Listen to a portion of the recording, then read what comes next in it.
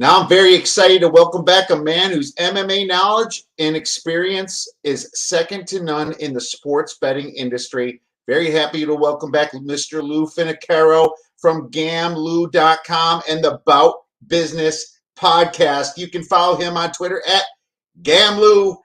Gam, thanks for coming back on the show, man. How exciting is this event, UFC 280, coming up? Well, first, Kiev, thank you for having me back. I love your podcast. You do great work. This is the marquee event of the UFC year. We got really excellent fights, some great stylistic matchups.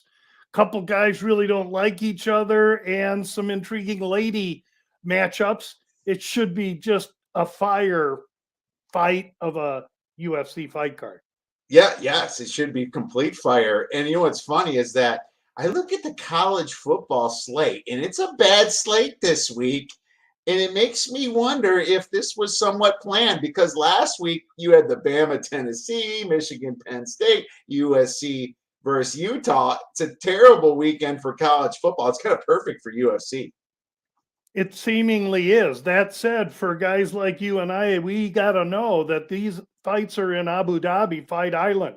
6 a.m. Pacific time, they're dropping the puck. So it's not a normal fight card in that we're going to be drinking lattes and watching left hooks. That's right. And college football starts early too. So it's funny that it's a nice early card, but I'm going to be focused more on UFC 280, to be honest with you. Nice little break for me. And of course, I'm a big college football guy, but this is just too important. This is, I think, the best UFC event of the year, if I might say so myself, just with the strength of this card. Surely agree. Can't wait. There's really originally 14 scheduled fights. We're down to 13 now, but I'll tell you what, in my estimation, 8 are bettable, and I'm trying to boil it down to just 4 or 5 if I can. I'm not sure if I'm going to be able to do that or not. Well, we'll find out in the Bout Business podcast that comes out on Friday, Lou. Before we get into some UFC, I want to talk a little bit about your passion for the NHL, my man. I see you tweeting about it. I know how much you love hockey. I love it. And I want to see if you have any pre-flop plays coming into this season. I do. I usually will try and take a couple recreational Western teams, Campbell, Eastern teams, Wales. I do that based primarily not on any due diligence that I perform going into the season, rather on my recollection and takebacks of what happened the year before and what I saw through free agency. Really, I try and attack hockey after the first of the year. I'd like to see half the season go by, get some data, and then it's watch only for me until the playoffs. But to get to your question, I've always been a big Daryl Sutter fan. Excuse me, let me repronounce that. Daryl Sutter fan. That's a big mistake there in the hockey world. He brought me great accolades when Jonathan Quick and he took the LA Kings in 2002 to the Cup. And since then, I've been a big disciple of his. That's a guy that if he can get his team to the postseason, always has a chance. And that's because he plays strong goaltending, strong defense. And oh, by the way, if they can score a goal, great. But in the West, I took a little Calgary. I took a little Edmonton. Edmonton's not my typical team, but after what they did last year with that coach, new coach coming in, I think they'll be able to address some of the defensive shortfalls and try and make a better run this year against Calgary, Colorado, and some of the other teams in the West. In the East, it was Florida that I settled on. Now, I've been a Carolina fan the last couple of years. I'm now convinced Brind'Amour and his group just aren't going to get it done. Now, please don't save this tape because in 6 months it's probably going to be Brind'Amour and the Hurricanes that are going to be there. But of course. But it's Florida that I took a look at. They got close. They came in overly hyped and they laid a huge egg. And so for that reason, I lean to them a little bit. And the other one, quite honestly, one that I like a little is the Rangers. I think I might have got them at 20 or better to 1. That's a team that really overachieved last year. They're built from the goal out, and I look for uh, a definite playoff run from the Rangers. And if they get in there with Shesterkin and that goaltender, they're a threat. So small wagers. I won't even look at them until after the first of the year, but they're there, and it should be a fun hockey season once I get there. But it's I think there were 2 games in to the season right now. That's right. It just started. No, great stuff. Thank you for those looks and some of those plays and some of that good information for the NHL season. Let's get into a little UFC 280. And this main event, I want to get to it last, but I am so excited for it. I've been waiting for this for years. Charles Oliveira versus Islam Makhachev. And a lot of people have been saying different things. This line's been going all over the place. But before we get into this amazing main event here, let's take a look at the undercard. Let's look at the prelims a little bit here. I'd like to just have you kind of pick 1 or 2 that you might like and see if you have a play for our listeners. I have one myself. Let's see if we fall on the same side.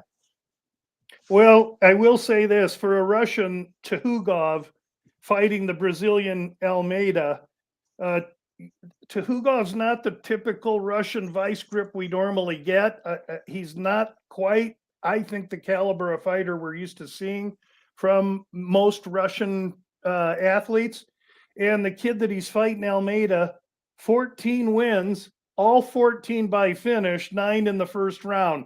Almeida's a dog, and he might be an interesting one. But more importantly, you asked undercard. I was taken directly to Chao by Baralho. Please excuse the pronunciation. The Brazilian in another Brazilian-Russian face-off. Mahmoud Muradov is the opponent for Baralho. Muradov has been relatively inactive. The Uzbeki fighter in 2020 lost to Brad Riddell in a competitive fight. Then most recently in 2021, beat Andrew Sanchez, lost to Gerald Meerschaert. And that fight right there is kind of the red light to me. Meerschaert, somewhat inadequate striking, but really great deft submission game. Muradov, very well rounded, but obviously Uzbeki fighters are going to come with really great sambo and wrestling. The time off worries me. He's going to be 4 inches the taller man, 3 years older. And though he's a plus 170, plus 180 right now, I just think that this is the other man's fight to lose. Baralho is on an amazing run. He's finishing everyone he gets in front of. And while this fight, I think, will be a finish, this is going to take Chao Baralho into the second or third round to best Muradov. I don't bet favorites often, but I did bet Baralho. And not only that, Kiev, I'm going to brag later on about what great CLV I have on some of these fights. I'll come clean on this one. I bet Chao at minus 220, and he's lower than that now, so listeners can get a little better price than I. I am with you, and I'm surprised that line went down. I thought the Armen Petrosyan victory should have, kept him up pretty high. I understand, I guess, some of the money. In a way, I disagree with it, but I understand the Mahmoud Muradov money coming in just based upon his maybe they say this is a hiccup against Meerschaert, but he did really well in the UFC and all these other smaller federations before. I mean, if you look, you see it's all green right here. But at the same time, I almost have a rule that anyone that loses to Meerschaert is a very questionable bet coming up for me in the future. I know Meerschaert has been better since he switched here. I thought he moved up to a different team, and you know a little bit more about that.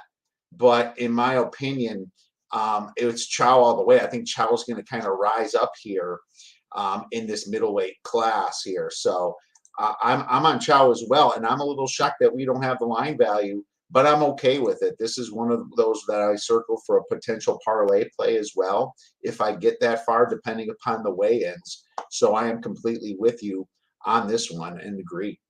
Yeah, no question. Should be a great fight. To me, if you're on the Muradov side, you're trusting that he's been in the gym and improving during this time off, but yet you got a little rust, time off, and meanwhile, this other kid's been busy and he's been fighting and he's been rolling.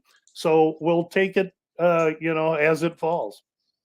Let's take it as it falls. And what's really interesting is, like I just said, Petrosian, he's actually fighting earlier in this card. If Petrosian makes easy work of AJ Dobson as a minus 220 favorite, I think that just favors Chow a little bit more in people's minds. Yeah, So go excuse ahead. me. Petrosian may be the other side of the parlay for Baralho, believe it or not. Yeah, there you go.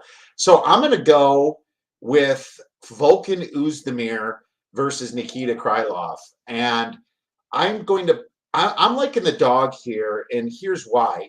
I think Krylov is the favorite for one good reason, and that reason is the grappling game, the ground game. If these fighters are ranked pretty similar to me, I actually have them both as tier 2 fighters, where I rank them.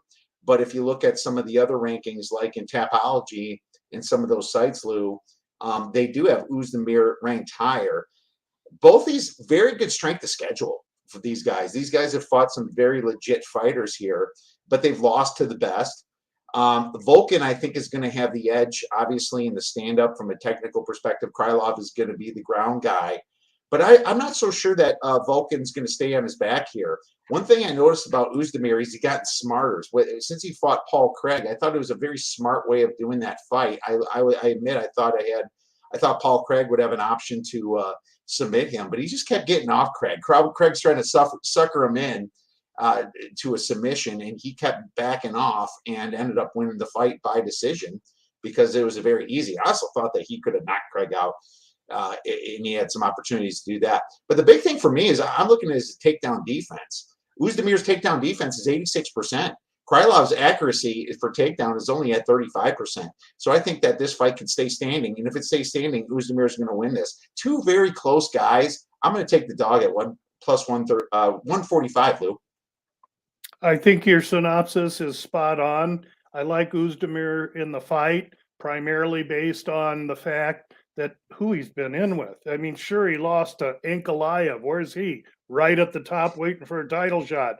Prochaska, he beat Rakic, lost to Reyes. Listen, Oezdemir has had great improvement since he was able to leave his camp where he was training alone and move into Sweden and start training with Chimaev and Alexander Gustafsson and the like. He did that before the Paul Craig fight, and we saw the results. Krylov probably does have an advantage on the ground here. Surely he's a little bit more well-rounded fighter, but he's nondescript. He's not excellent at anything. He's very, very solid at everything. And I think Oezdemir, based on who he's been in with and his focus, is going to be too tough to take. And I think he's a live dog, just as you pointed out. Awesome. Glad to hear that you're on the same side on this fight. Anything else in the prelims before we get to the main card, Lou? There's so much rich fodder in the main card that I'm going to really concentrate there outside of the two fights we've discussed. And I probably am not going to play the Almeida. I want to keep favorite positions to a minimum, but I wanted to highlight that because the Russian Tuhugov is not what people think. And I did look at that Almeida fight, and I put him down as a lean as well. So I'm going to dig deeper, watch the weigh-ins, and make my decision a little bit later as well on that one. Let's move on to the main card then. Starting out the bottom, two of these lady fighters, very good. Katlyn Chookagian versus Manon Fiorot. And I always call him Fiort. I never pronounce her name well, so I apologize. But the Manon is a minus 210 here against a very good Chookagian that is plus 175. Lou, I used to bet on Chookagian. I've done pretty well. She's 18-4. She's a scrapper. She's always seemed to, I guess, kind of beat fighters that she shouldn't in a way. That's the way I've always looked at her. She's bigger than you think. 5'9". she's got a decent reach here of 68 inches to Mannon's 65 inches. I mean, looking at their strength of schedule, I almost feel like Caitlin gets the nod in that. But then again, Mannon is 9-1. Anything on this one? A lot of interest here. Now I'm going to pronounce the name different. That doesn't mean it's correct. Firo, the French woman, tons of power, and she just looked devastating. But she looked devastating against two nondescript Brazilian jiu-jitsu fighters that had not a lick of striking. Now she gets in with a long, tall drink of water that's long on high caliber UFC experience. Last time Chuk got in against a real power striker was Andrade, and she got finished, but Andrade finishes more than just Chukagian. I think that was a real excellent learning experience for her that prepares her for this fight. I'm going to call this the PhD in MMA fight because I do think Chukagian, with her movement, with her length, and with her absolute lack of power, she's a decision fighter. In fact, of her 18 UFC wins, 15 have come by decision. So she's a pitter patter. She doesn't have power. She ain't going to finish Firo, but I like the over in the fight, and I also like Chukagian as a dog in the fight. Yeah, there you go. The over, probably highly juiced, I would imagine. I usually check out best fight odds just to see a lot of my options here, and I recommend anybody else use this site as well. Over 2.5 rounds is minus 380 and goes to decisions minus 350. So this is definitely would be a parlay piece, I would think, if anything. I would almost say just take the goes to the decision. And if you like the dog here, picking her to win by decision wouldn't be the worst look in the world.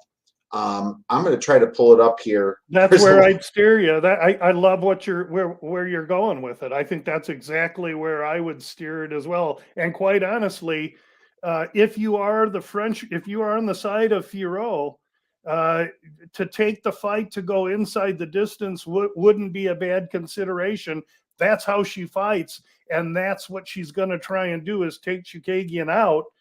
The issue is in being that aggressive and forthright and forward pressing, she leaves herself totally set up for Chukagian counter shots.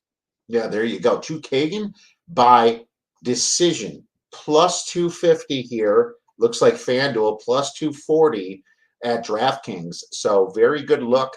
Very nice plus money to throw a half unit on there if you decide to make that call. Let's move on to the next fight here. Beneil Dariush versus Mateusz Gamrot. And I'm going to be honest, I have a play on this one. I'm not sure if it's going to line up with yours, though. We'll see. I'll let you start out here, Luke. Well, a few weeks ago when the line came out, I was a little surprised and jumped on the podcast with a Dariush recommendation.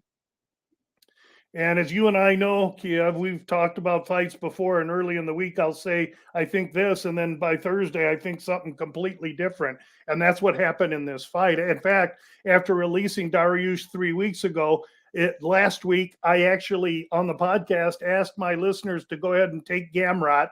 We lose 20 cents in the negotiation, but now I'm back to a clean slate, and I actually do like Gamrot in this fight. I like the fact that he's down in Florida training with a bunch of killers. I like the fact that he's been active.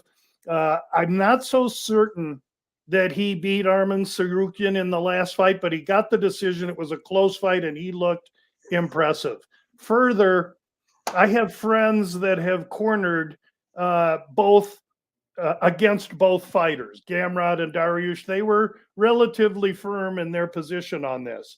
And for that reason, I do think Gamrot is the right side. How I'm going to use him just yet, whether it's maybe inside the distance or just straight up, I'm not quite sure.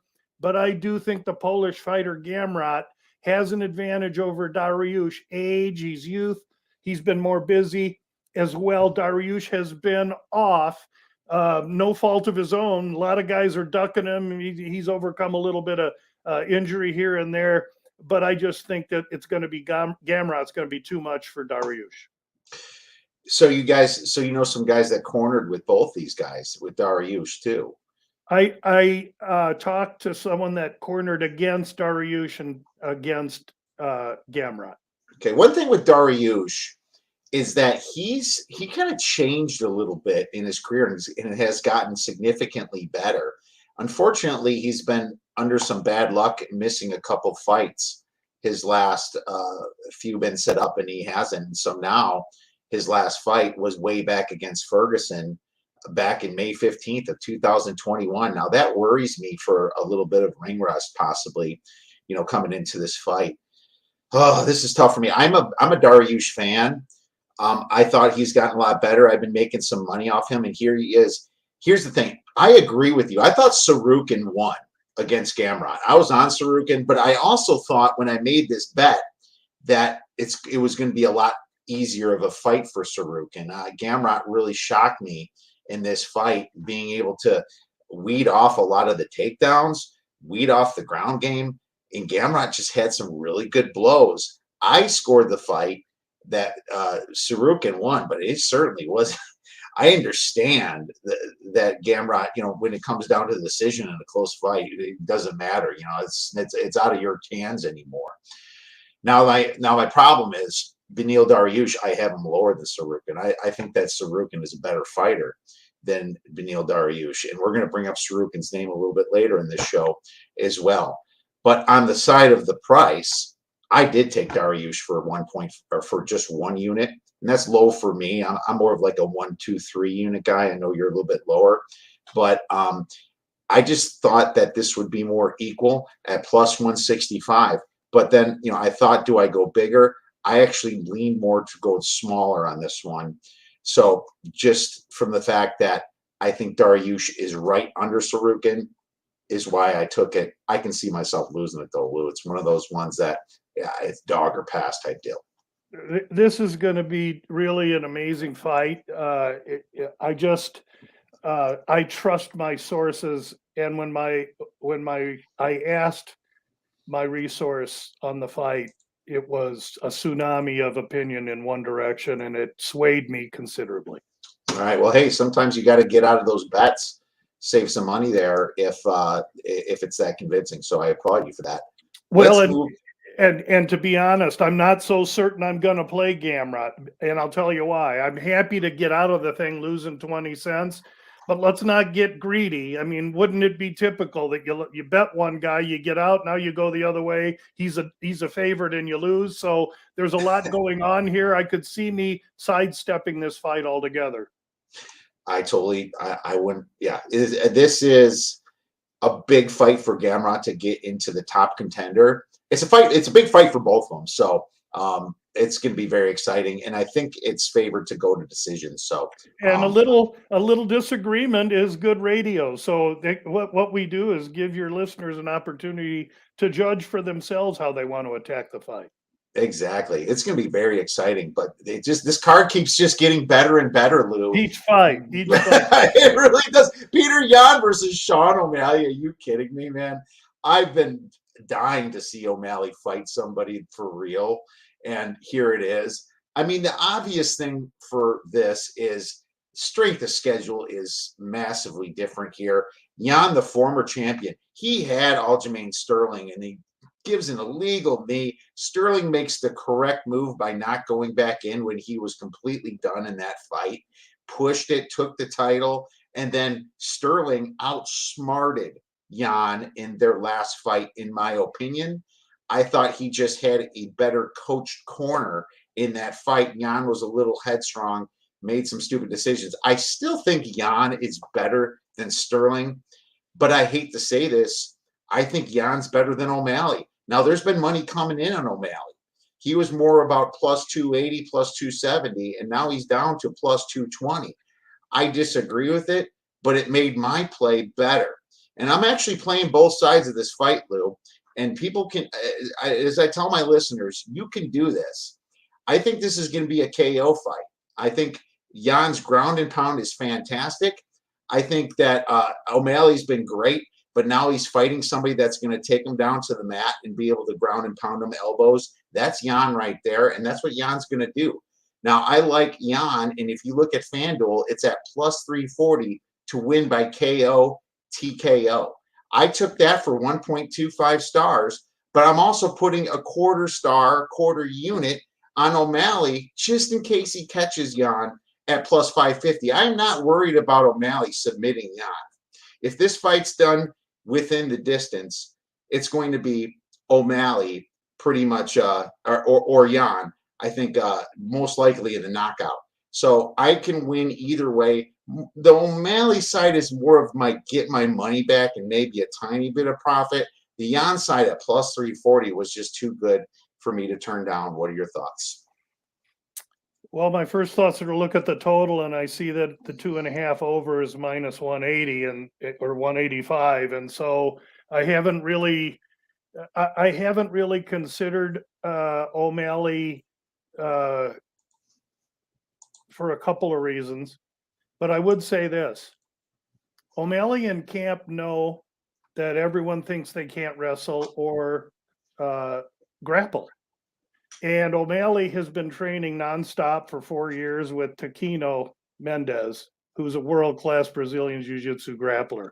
O'Malley's submission game should not be underestimated, especially when you consider that Jan's going to take an inward approach, and O'Malley's a long, tall piece of spaghetti and has those long arms and legs. So I don't think I could take your tact on this fight. Here's what I think on this fight. I think that every time O'Malley stepped up big, he's come up short. Vera beat him. And against Munoz, the no contest, Munoz showed, I think, the blueprint on how to beat O'Malley, and that's to start with leg kicks.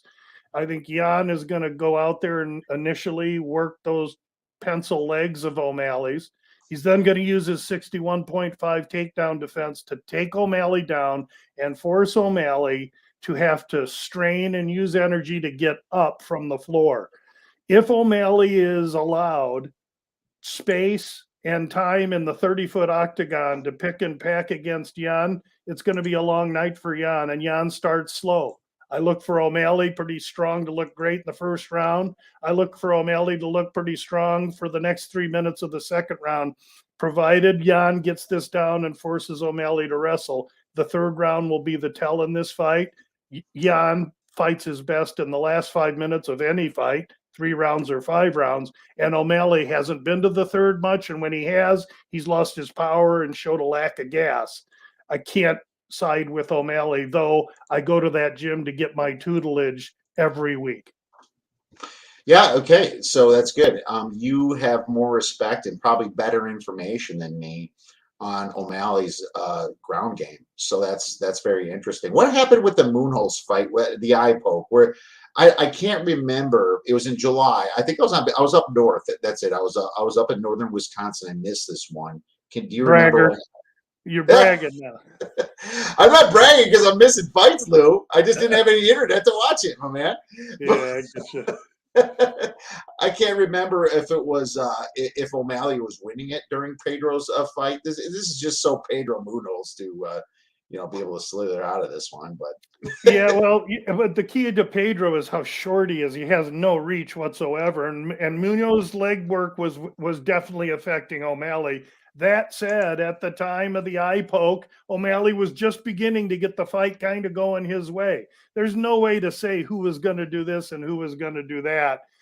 To me, this fight for me will come down to it's going to get to the third round. And when it does, I'm going to see if O'Malley can fight his best 5 minutes in the third round, because if he can win this fight. But he's going to have to fight his best 5 minutes on the last 5 minutes. Yeah, that's right. Absolutely. This loss to Vera is a little bit concerning, but Vera's a great fighter too, so you got to give it to them. It's just that he hasn't fought anybody. Paiva, Thomas Almeida, nobody that I would put in the tier 1, maybe not even most of these guys into the tier 2. So the issue is that Jan is so short and so stubborn to strike and made for O'Malley stylistically. Jan, I hope. Now he's been training in Phuket at Tiger Muay Thai, which is primarily a striker's paradise, but he needs to wrestle in this fight and take O'Malley down to usurp the strength from him, I believe. I 100% agree with you. Let's move on to the next one. Then we have Aljamain Sterling versus TJ Dillashaw. This is such a great fight. TJ took a while off his fighting. He had the big comeback against Corey Sandhagen, and I'll tell you right now, if they score the fight the way they do today instead of the way they did a year and a half ago, Lou, it's Corey Sandhagen winning that fight. Dillashaw won just by holding him against the ropes, but at the same time, Dillashaw did a fine job. It's just that I thought that Sandhagen did a little damage. Yes, you can see I'm bitter. You can see who I bet on in that fight.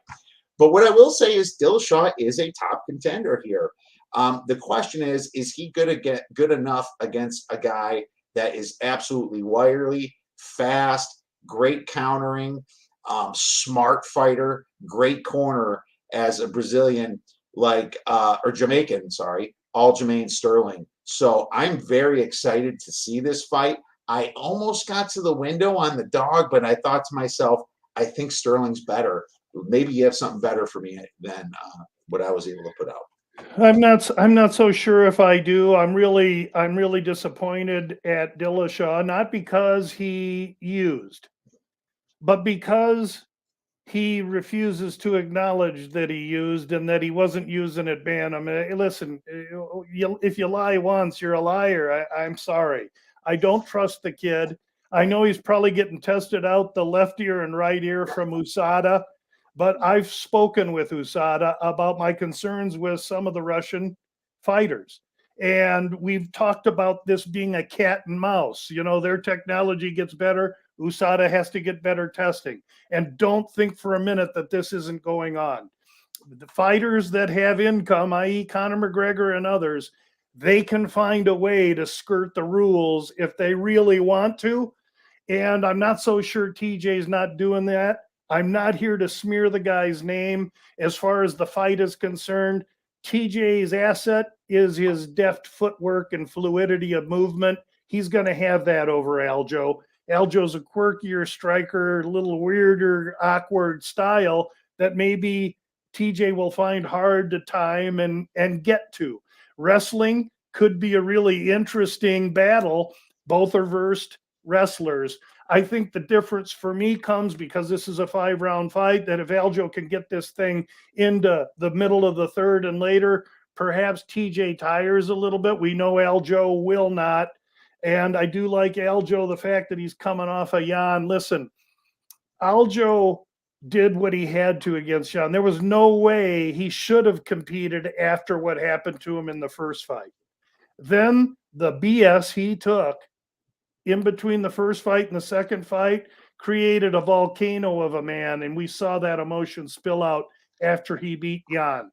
What we're going to have on Saturday night is an Aljamain Sterling that'll never be more dangerous than he's going to be Saturday night, because the pressure and the weight has been lifted from him and he's going to be fighting free. I lean to Sterling in a fight that I'm not going to touch because I'm clouded for my thoughts ill on TJ Dillashaw. Oh, that's fair. That's completely fair. Great way to put it. Hard to tell what's going on behind the scenes. We can only speculate. Doesn't say that we're accusing anybody of anything, because we're not. But we just are sports bettors here, and we know in high variance situations when to stay away. I think it's very important that people understand that. This is Dillashaw's last shot at a title here at 37 years old, so he's got to make it work. He's going to bring his best, no question. Sterling's going to be ready. Going to be a great fight, just not one I can bet. Right, exactly. He lost to Cejudo, which obviously he was champ, and then he retires immediately, which is very strange. But yeah, this is going to be just an amazing fight too, and a title bout. I don't know if I'm going to root for anybody. I think that Jan's probably the guy I think is the best, but we'll see what happens and what comes to fruition. Now let's get to the main event, Lou. And I'm sorry, I have to admit, I am a listener of the Bout Business podcast, so I know what you have going on. Don't apologize. I mean, here's the thing. This is the fight I've been waiting for. I don't even know if statistics can really be used for a couple different reasons. I think that Charles has a massive strength of schedule advantage, yet Islam feels like Georgia, who people say that hasn't played anybody, yet when they violently do step up in class, they can possibly just be a freight train as well. Give us all of your wonderful line value that you have on Chuck. Well, this is one that when it opened was minus 195. And I had to think that line was going to come down, but you never know. So we took it, and now there's 30, 35 cents of value based on what the line is today. But recently that line has just started to tick an inch back up on the Makachev side. That could continue to happen, Kiev, because these fights are in Abu Dhabi, a heavy Muslim community. All the Russians and Muslim fighters, i.e. Bilal Muhammad, are going to be the beneficiary of tremendous fan support there. So we could still see some money come in on Makachev. So if you're interested in Oliveira, maybe be patient and watch this thing to try and get the best possible price. I agree with you. I think the experience is all with Charles Oliveira. The submission prowess, the BJJ skill, his unbelievable striking. Here's what we know on Makachev. He was KO'd in his debut fight in the UFC, and since then, he's shown no desire to stand and strike with anyone. He must have learned his lesson. He's got Khabib in his ear. Go out there and do what you do, which is wrestle. He's singularly dimensioned and lacking a completeness in his striking. He's fought no top 5 contenders. I believe to an extent it's Khabib that's helped him surf his way into the top. I'm not saying he's not deserving of this matchup, but what I am saying is that once we get these guys in the ring, I think we're going to see a little bit difference in skill, aptitude, and anger. The anger being that of Charles Oliveira, who was completely jobbed out of his title by a scam weigh-in in Phoenix, our backyard, the last time he fought. The kid's got a chip. Makachev, to me, has all the pressure on him. He's the child that's been anointed by Khabib to come in and be the next Khabib. That's a lot of pressure on a young kid that hasn't seen the same competition or gone through the same struggles as Oliveira. I really like, if this fight stays standing, Oliveira tears him to pieces. I believe, again, the fight coaches and the experts in the industry that I talk to are all dead set on it. Makachev is taking Oliveira down. Okay, so if he does take him down, what happens when they get to the ground? I can't wait to see. But I don't have any problem with Oliveira taking this fight wherever he wants to go. Let's remember, if Makachev gets too aggressive running in to engage with Oliveira, Oliveira will sub him with a choke of the neck or something. So Makachev has to be somewhat guarded in his approach on the way in. It's going to be an unbelievable fight, and I can't wait to watch it. But I'm strictly on Du Bronx. And that's a great number, and nobody can argue with that. Plus 190, plus 195, something like that you have. I don't think it gets back to that area. But I do agree with you, what you say. There's going to be a Russian advantage, or you could say an Asian advantage in Abu Dhabi coming up on Saturday morning. What I do think is that Islam is Georgia in football. I think that he is unstoppable. I've been wrong on Charles. I've been betting against him and losing. I'm going to admit it right now. But who was the guy that could grapple that Chuck has beat recently? Who was that has that threat? I mean, Gaethje, no. Dustin Poirier, no. There's a couple of Chandler and Gaethje got no problem with wrestling, and to be quite honest, let's just take a little look down the way. Tony Ferguson's not a bad wrestler. He's a spinner, a grappler. Kevin Lee, world-class wrestler. Jared Gordon, world-class wrestler. Jim Miller, Jim Miller, solid wrestler. Well, So, okay, Jim Miller. I think you're going a little too far with Jim Miller here. well, I'm just going down the line, and so I could almost say, the same thing regarding Makachev. Except Makachev, for one. he's been in with Bobby Green, Dan Hooker, Thiago Moses, and Drew Dober his last four. Not one of those guys wants to grapple or wrestle with him. Not one of them has the ground acumen that Oliveira has. I think it's Makachev that best worry about the grappling and not Oliveira. That's my opinion. It's Arman Sarukin that Makachev was able to beat earlier in his career. That was Sarukin's debut fight in the UFC, and it went all 3 rounds to a decision. Sarukin can't wait to get to Makachev next. I bet he can't, man. But now with that Gamrot loss, it might take a little bit. Unless Makachev loses this fight, then you'll see this definitely a lot quicker. But what I will say is that Eagle fighting with Khabib is fantastic. And I think that the Russians, for some reason, I don't know if it's because of religious reasons, they just seem to handle pressure a lot better. Numbers wise, I've seen how quickly Makachev does finish people like Bobby Green, Dan Hooker. I mean, the easiest bet for a while, at least the last 4, was him with inside the distance, and his spread and his money line was just so high. The only way that you could bet Islam Makhachev was within the distance. You're right about strength of schedule. I'm going to disagree with the Sarukin one. I thought that was a fantastic win, but you also have to look at Charles' losses, and his loss to Paul Felder, Lamas, Pettis. I wasn't a big fan of the Felder one, especially. And Chandler had him a little bit dazed. I thought that he was going to Chandler's top 5 talent. Makhachev has not fought top 5 talent. And oh, by the way, Felder was 9 fights ago. Oliveira's won 8 straight fights. That ain't the same fighter, Kiev. And I think it's great that we're on opposite sides here. Again, beneficiary are the listeners. And I'm not going to convince you, and you're not going to convince me. But the great news is that if there's 100,000 people going to watch this fight, you're going to have 50,001 on one side and 49,999 on the other. It's going to be outstanding fight.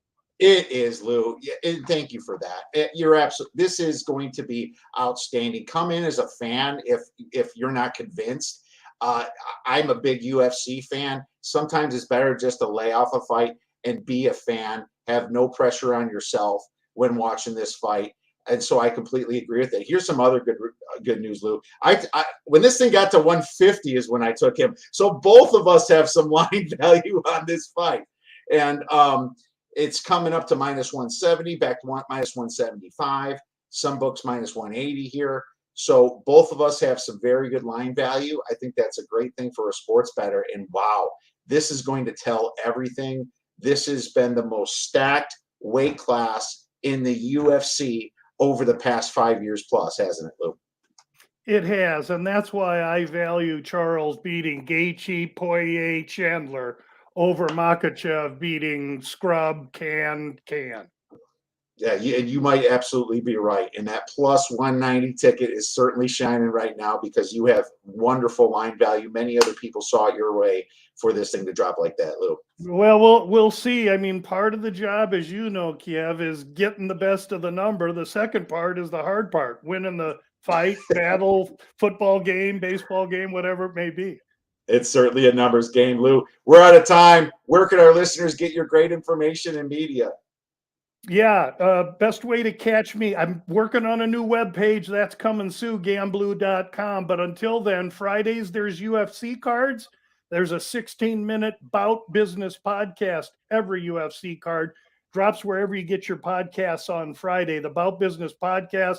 Check it out. Final releases and rolling yearly accounting and ROI are always provided. And lastly, Kiev, you do a great job with these. With your site as well with these podcasts. I appreciate you having me on, and thank you so much. Oh, I appreciate it so much, Lou. Thank you so much for a wonderful breakdown on this card. I can't wait to be texting you during the fights, and I wish you the best of luck this weekend.